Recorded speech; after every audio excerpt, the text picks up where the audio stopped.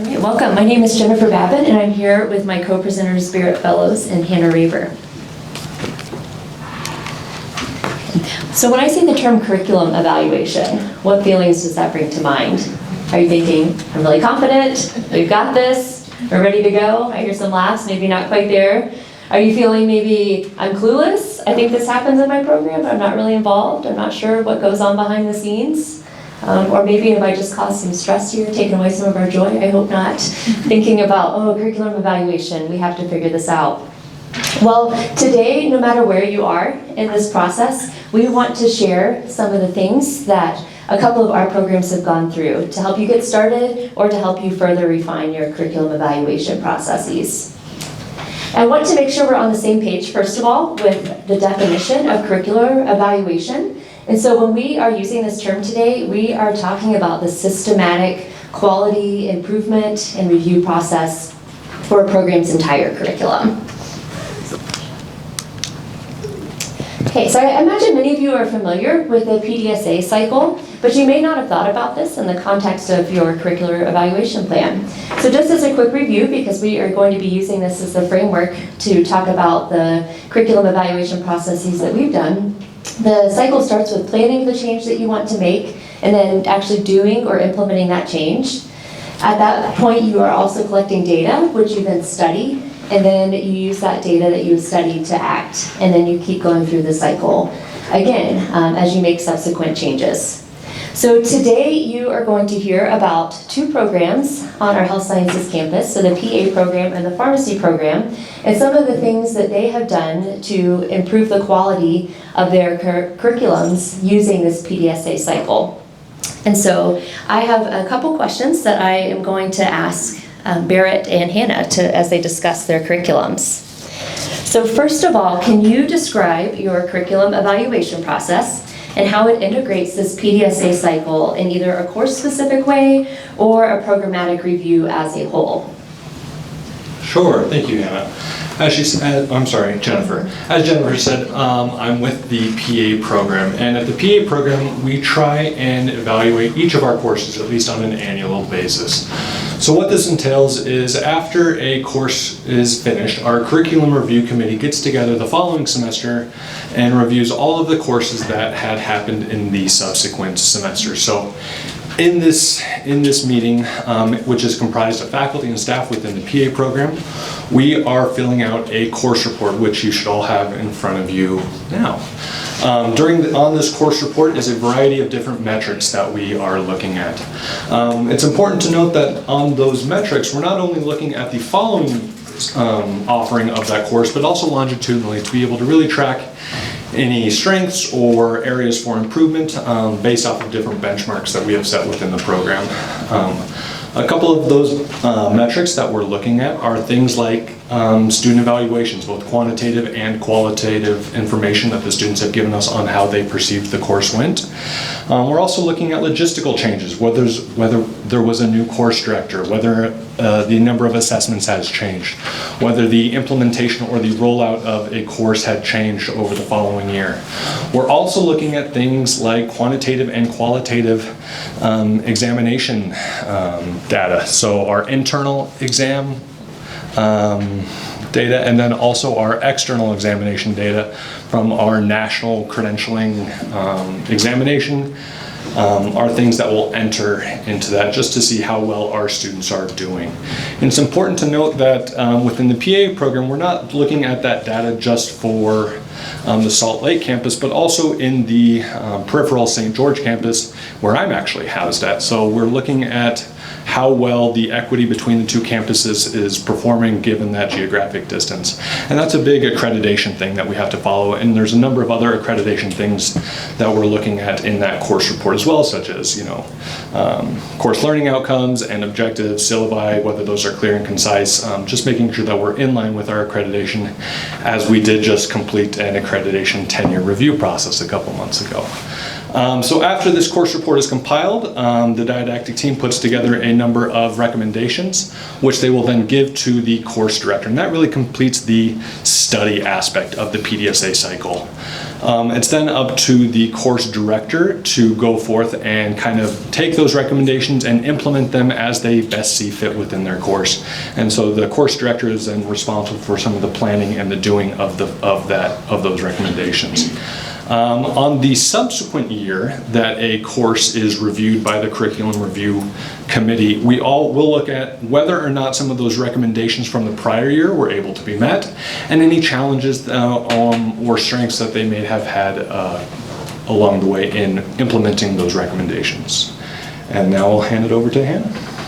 Great, thanks Barrett. So at the College of Pharmacy, we've had a course review process for a couple of years.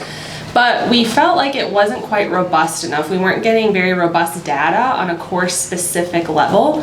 And so we actually started this PDSA cycle with our curriculum review process. And what that looks like is we have a group of curriculum stewards.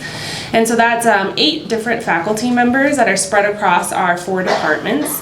And we underwent last fall kind of revising our process, which we then rolled out for our last fall courses. We started reviewing this spring.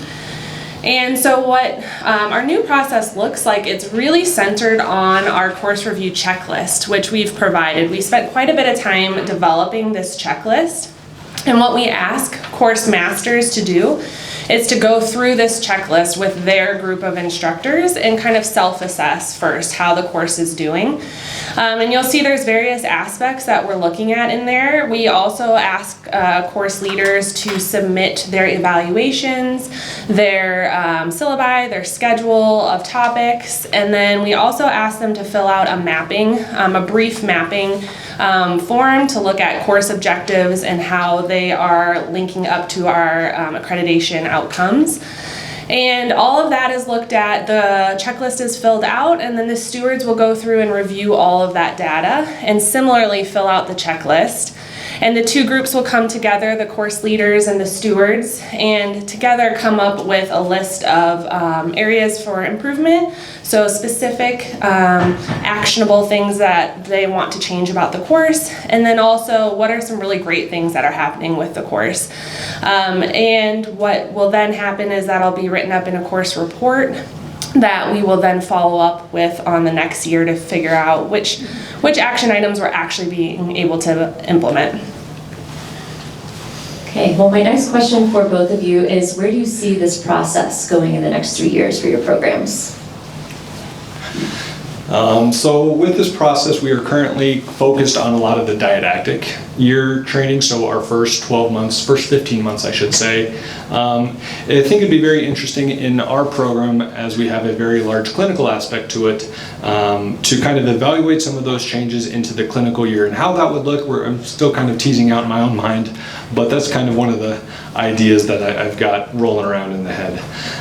The next area that I think we could look at would be if we're seeing a course that has had the same recommendations year in and year out, and kind of they've had some logistical issues as to kind of meeting some of those recommendations or implementing them, kind of getting together as a larger team to work one-on-one with that course director to be able to kind of find out where those stopgaps are or find out what the hurdles are that course might be experiencing on an individual course level.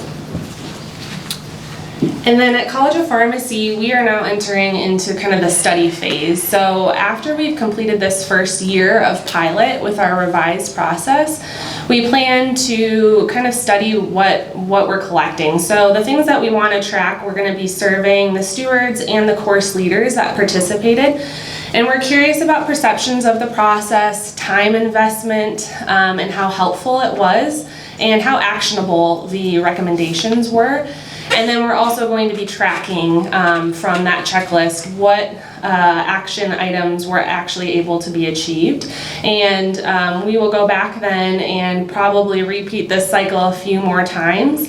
At the College of Pharmacy, our process is every 4 years. So again, we're just 1 year in, and we'll do this assessment and I think then be able to make some adjustments and continue to assess the other courses in our curriculum. And then another aspect that we're trying to work through now is how to apply this process for our elective courses that might be taught by adjunct faculty. Do we have the same exact process, or is it modified slightly to maybe be a little more simplified, less time intensive? So that's another thing that we are going to need to work through in the future. Thank you. And then the final question for both of you. So what would you change about your curriculum evaluation process now that you've implemented it? The change that I could see, which is a little more on the time-intensive aspect for our course directors, is that they kind of be present for those review cycles that we have with them. There are a lot of logistical things that happen, like I said earlier, whether there was a new course director, whether they add an exam to the structure, or whether the presentation or rollout of the course was different during this time. So I think their input into the kind of the behind the scenes on how the course went might be an added benefit to that process. And then for College of Pharmacy, one really neat thing about getting to team up with the PA program is I think we've really learned about opportunities to incorporate objective standardized exam data into the process. And so that's something that we've now learned and would really like to work on incorporating into our review process. We don't get a lot of specific data from our board's exams, but we have been able to partner with a program for a board prep program that we're planning to hopefully collect data and incorporate. All right, so I'd like to just leave you with a final question to hopefully ponder if you have a chance later. So based on what you've heard today, what changes might you make to your curriculum evaluation process to continue this cycle of quality improvement? Thank you so much.